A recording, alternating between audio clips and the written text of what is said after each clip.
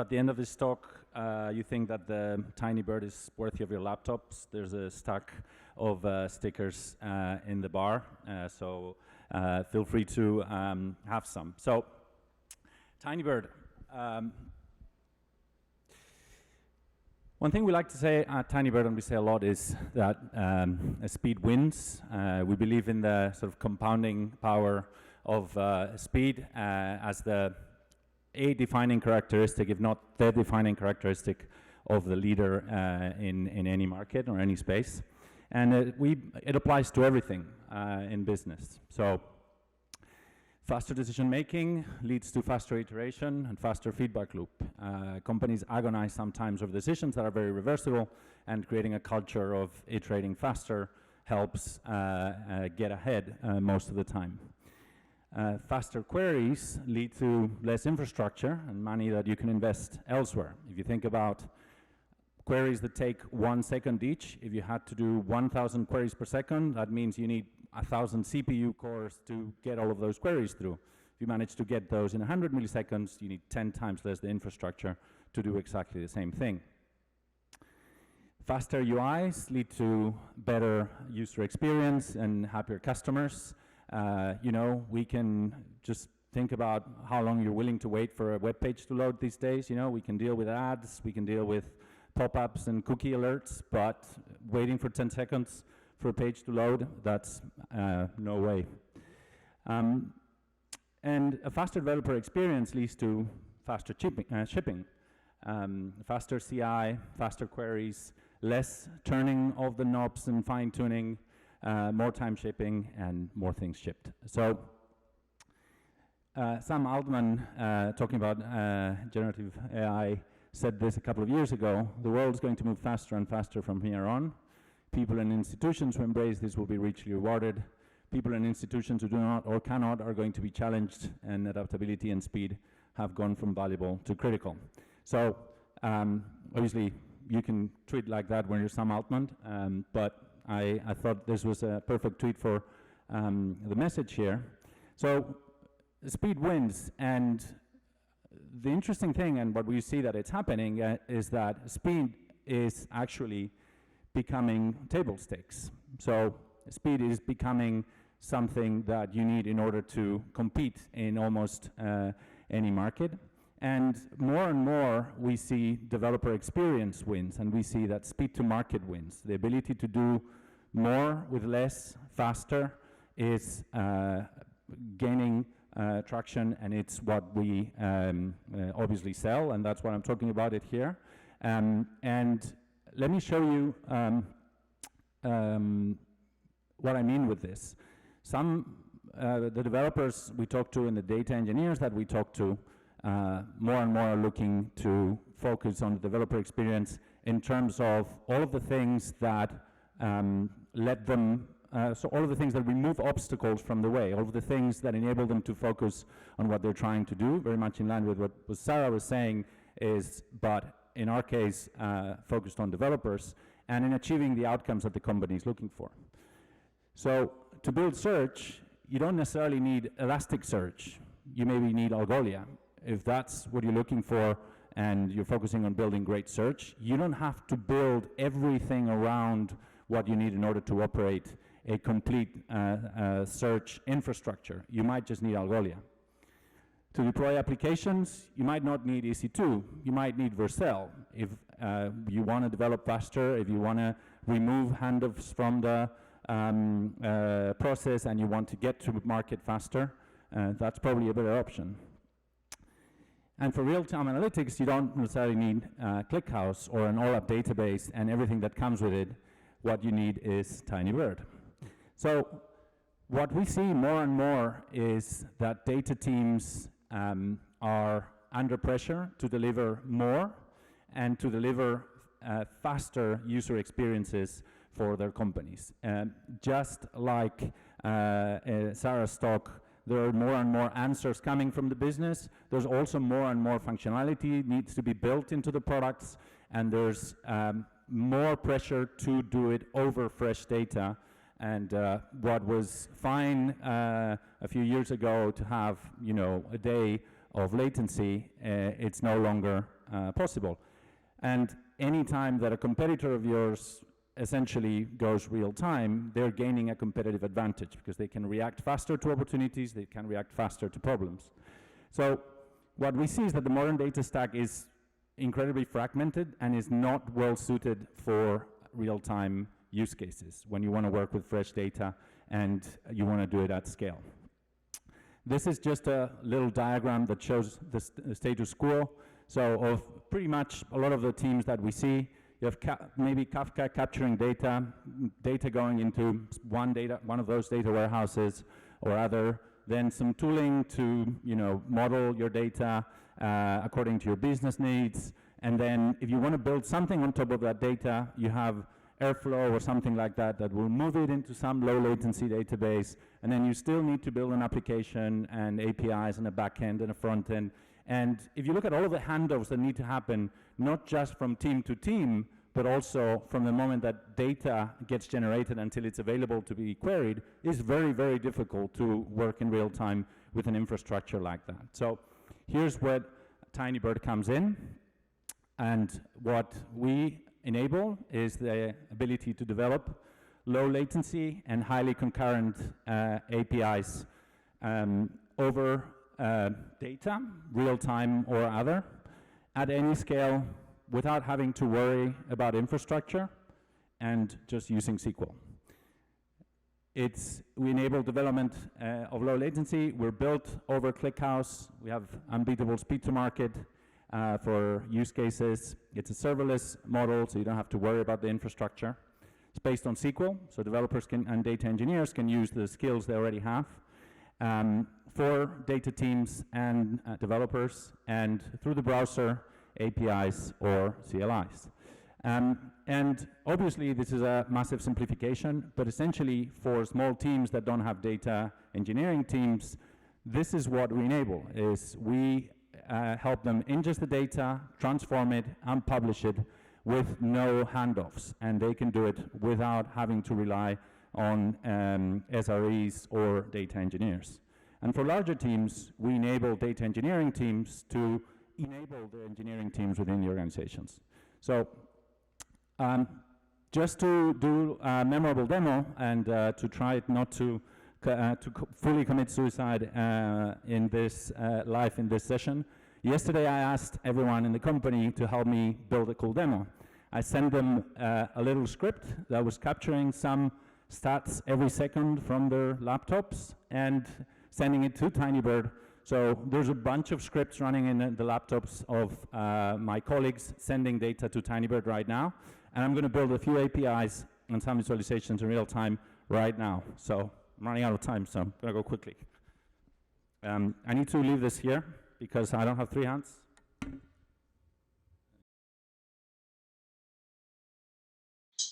So as you saw earlier, my teammates are sending events to Tinybird. So the first thing we are going to do is ingest those events. They're coming via Kafka. So I'm going to add a data source. As you can see, there's a number of ways to bring data into Tinybird, and I'm just going to use the connection details that I've already recorded here. And this gives me a list of all the topics that I have access to.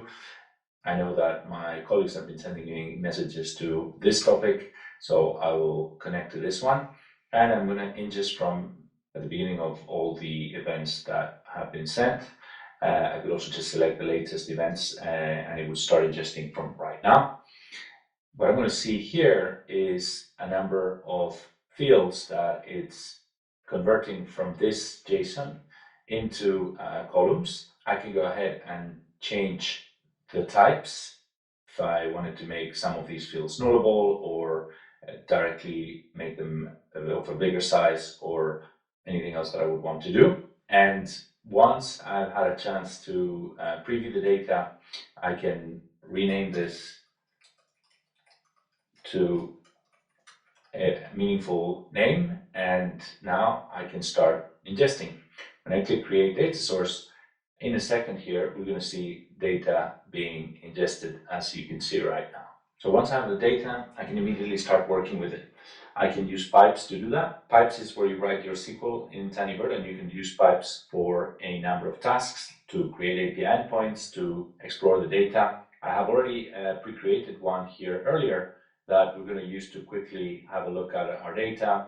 So I'm merely selecting a bunch of columns here. So you can see this is the information that we are receiving from all my colleagues. As you can see, it contains their nickname and some other information, a message for me to give me luck on my demo, and then some stats from their laptops. What's the number of CPUs that they have? What is the amount of disk? The same for memory. One of the interesting things of pipes is that I can chain these different nodes and query the results of previous nodes. So this one, it's called all columns over here. And from this other node, I'm querying the result of the previous node. This makes it very easy to write simple queries that are more maintainable. In this case, you can see these are simply the messages that I'm receiving from the team. I can also look at, for instance, how many events we're receiving per unit of time. It looks like there's 19 people sending events. If I refresh this, you'll see that the time changes here. So I'm counting per second. So if I run this again, you see that I am getting data in real time that I can immediately review and have access to. So now let's build something more interesting, but before we go ahead and use pipes to build a couple of APIs, what I want to show you is how with our time series tool, you can also in real time have a look at all of the data that is coming in. These are some visualizations that I've pre-created, but as you can see, I am using the events from my teammates data source. I am sorting by the timestamp, and I am visualizing what is the average free memory per user over this period of time. As you can see, there's a lot of free memory available in general, and there are some users that actually are not running that free. So in this case, I'm dividing by gigabytes, so we can see it, what is the free memory for each of the users. I can do the same for the disk as well. In this case, I'm applying a filter, and I'm grouping by the operating system and the number of CPUs. So this is one big machine that has not just many CPUs, but also a lot of free disk. So this is a quick way to explore the data, and some more examples here. This is by operating system. All of this data is coming in, and you can review it in real time, add filters, and group by different parameters that you can explore here side by side. So this is for a quick visualization of the time series data. So what we can do now is create a low latency API that we can integrate in an internal app, for instance, that we build to keep track of all the fleet of laptops in the company, and that we can use to monitor whether some laptops are running low on memory.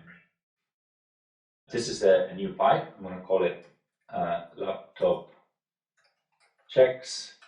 And let's just quickly first select what we're interested in. If I run this query, I basically get all the information coming in from the stream, but I'm going to copy in a query that I have written here, which has the memory, the free memory. It calculates a percentage of the free memory, and then what is the nickname, operating system, and timestamp. So if I run this, you can see all the information here. I'm going to call this filtered data. In this pipe, I can come into the next node and query the result of the previous node. And what I'm going to do here is I'm going to group by time and nickname, and I'm going to, in this case, group by 15 minutes by nickname, operating system, and I am doing the average of the free percentage that we calculated here, just to see if on average things are looking different. So in this case, as you can see, I get one entry per hour, nickname, operating system, and percentage. I'm going to call this average by time and nickname. And now I can come to the last node here and select just those entries that are below a particular threshold. So if I do something like where free on average is below 20, I'll only get those entries that free on average is below 20. So if I just wanted to use this as a way to monitor the laptops that are falling below 20% of free memory, with this I could just create an API endpoint, select this output node, and boom, immediately I have an API endpoint that gives me exactly the same information in JSON, in CSV, or NDJSON, or Parquet that I can immediately start using in my application. So if I copy this and bring it to another tab, you can see that I get exactly the same information that you've seen and that we were just calculating. And this is all based on real time, so this is getting the information exactly based on the latest available data on the system. So with this, let's make it configurable. Let's make it such that we can decide exactly what the threshold should be. So I can come to the last node and turn this number into a parameter. All I have to do is turn this using our templating system into a parameter. It's going to be a number, so I'm just going to choose 32.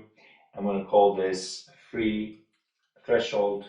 I'm going to put 15 by default, and I will describe this parameter here, alert when below this threshold. And I'm going to say that it's not required since we have a default of 15. And if I run this query, get the same results, in this case, all of the ones that are below 15. Now, interesting bit here is if I now create the API endpoint again using this output node, now you can see I have a parameter here.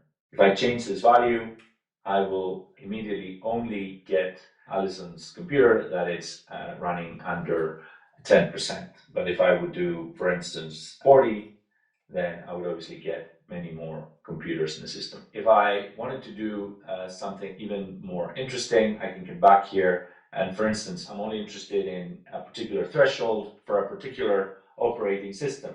So I can add some more code here to calculate that. I can use templating system to check, hey, if there is a parameter called OS, then filter the OS column by that parameter. So in this case, by default, is not doing anything because I'm not setting a default here. But if I come now back to the API, you can see that now I have two parameters. One of them defaults to 15, the other one doesn't default to anything. They're both automatically described. And if I again come here, I could say, for instance, OS equals Linux. And now I would only get those computers that are Linux and that are under a particular threshold. This is how it works. So it's as simple as that. These pipes that I've just created here in the UI, we can also create them through the CLI. You can download exactly everything you do to text files that you can then integrate in Git. In this case, this is exactly the query that we had in right now, that we've created right now. And I have another one here that is doing something similar, selecting some columns. It's filtering by the handle, and then it's calculating some stats per user. So if you wanted to get a dashboard or a table with all of the information for the laptops of each of these users, this would be an easy way to do it. So what I'm going to do is, instead of creating this in the UI, I'm just simply going to push that into Tinybird. So I do that using our CLI, which is called TV. When you run TV, you can see it has a number of parameters here and things you can do. For instance, we can do TV data source ls, and this would give me exactly the data source information. This is the data source and the connection. It's with Kafka. Now we are going to push the pipe you just saw. It's called laptop stats per user, and just click enter. What it's going to do is publish it to Tinybird, and immediately it will create an endpoint so you can test it out, and it gives you here the URL. I can also test it from here just by doing TV pipe data laptop stats per user, and this is going to give me all of the information for all of the users, which is what our query was doing. So if I go back to the interface and I reload, you can see there is now a laptop stats per user that we've just pushed for the CLI. So very quickly, we've created some visualizations, we've created some API endpoints, and that's how easy it is to build with Tinybird. Thank you, Matt. I really appreciate it. So I'm going to just quickly finish by explaining what some of our customers do with Tinybird and who some of our customers are. Vercel, I don't know if you know them, they rely on Tinybird to help their developers ship faster. They started by building Vercel Analytics, which is their user-facing dashboards. All of the telemetry coming from Next.js gets ingested into Tinybird in real time, and then they create API endpoints that they consume from their application so that their users see in real time what's the effect of their changes to their applications and how their users are experiencing it. Once they realized, I can have this data here and I can add more data and I can mix the data together, they started doing more things. The next one was a denial of service detection and mitigation system, like a web application firewall. Essentially, they're capturing data from all over their edge infrastructure and using API endpoints to see if there are denial of service attacks in progress. They've also built usage-based billing, a logs explorer, and a bunch of other things, because one of the advantages of Tinybird is that because it's so easy to create new use cases, once the data is in there, every new use case is just a SQL query away, and they don't have to worry about the infrastructure, as long as they pay the bills, of course, but that's what we do for them. Another example is the biggest fast fashion retailer in the world. Essentially, they've gone real-time on top of Tinybird. They started using operational intelligence, building dashboards that the whole company can see in real time. And then they've built real-time inventory management, which solves a bunch of problems. For instance, when you're buying something, if they couldn't tell in real time whether they had stock for that product, there was an estimation. So a lot of people buying then would be told, I'm sorry, there's no stock, which generates a really bad experience. So things like that, plus many other operational use cases. Real-time personalization as well. So when you go to certain countries in their website, the personalizations are being served, like the suggestions to what else to buy are being served by Tinybird. And they're also build their own Google Analytics on top of Tinybird. So they used it a lot, and we continue growing with use cases. And another one, that more recent one, is Canva, which are building video insights for their users on top of Tinybird. So these are some examples. Hopefully this was interesting. If you want to know more, here's a quick URL that it's easy to remember. And of course, feel free to reach out. Thank you.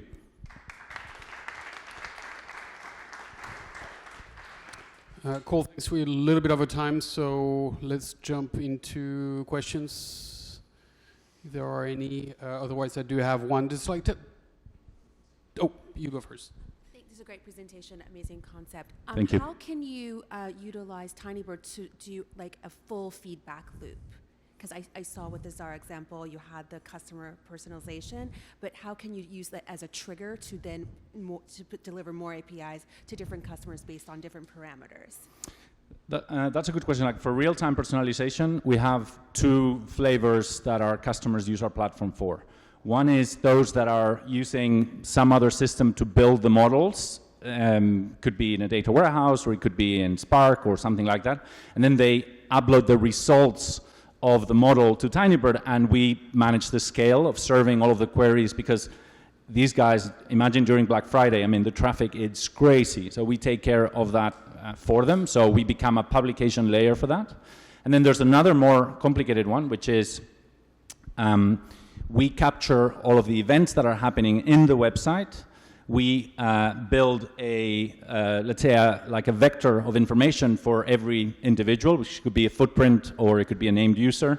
For instance, we have a customer in travel that does this, which they're storing how many times they've come to the website, how many times they visited a specific locations to measure intent.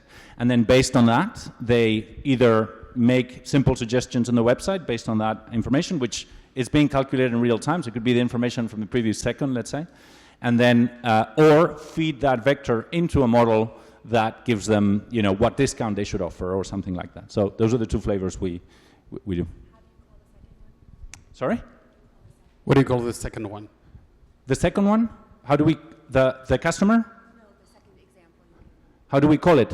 Yeah, we call it real-time personalization. GM. Actually, this one is more authentic real-time personalization. The first one is a publication layer to a real personalization model calculated elsewhere. So, yeah. Maybe we need a better name now, I'm thinking. Okay, very cool. Just quickly tell us the company itself, because you guys moved here, right, about a year ago or something? Yes, we started out in Spain. The founders we all work together at a company called Carto, which is in geospatial intelligence, and essentially we realized that data was growing at an incredible clip, and we were very frustrated by the fact that we spent our days helping our customers do ETLs and all of that stuff before they would put the data into Carto. So that's how we started working on Tinybird. And then we've flipped the company to the US, so now we're an American company, and we have go-to-market and here in the US, and mostly, and then we have engineering, customer success here as well, and we have engineering in Europe, and CRV led our round last year, our Series A. We raised 40 million, which is now a lot of pressure, but yeah, things are going well. Wonderful, congratulations, and thank you. Thank you.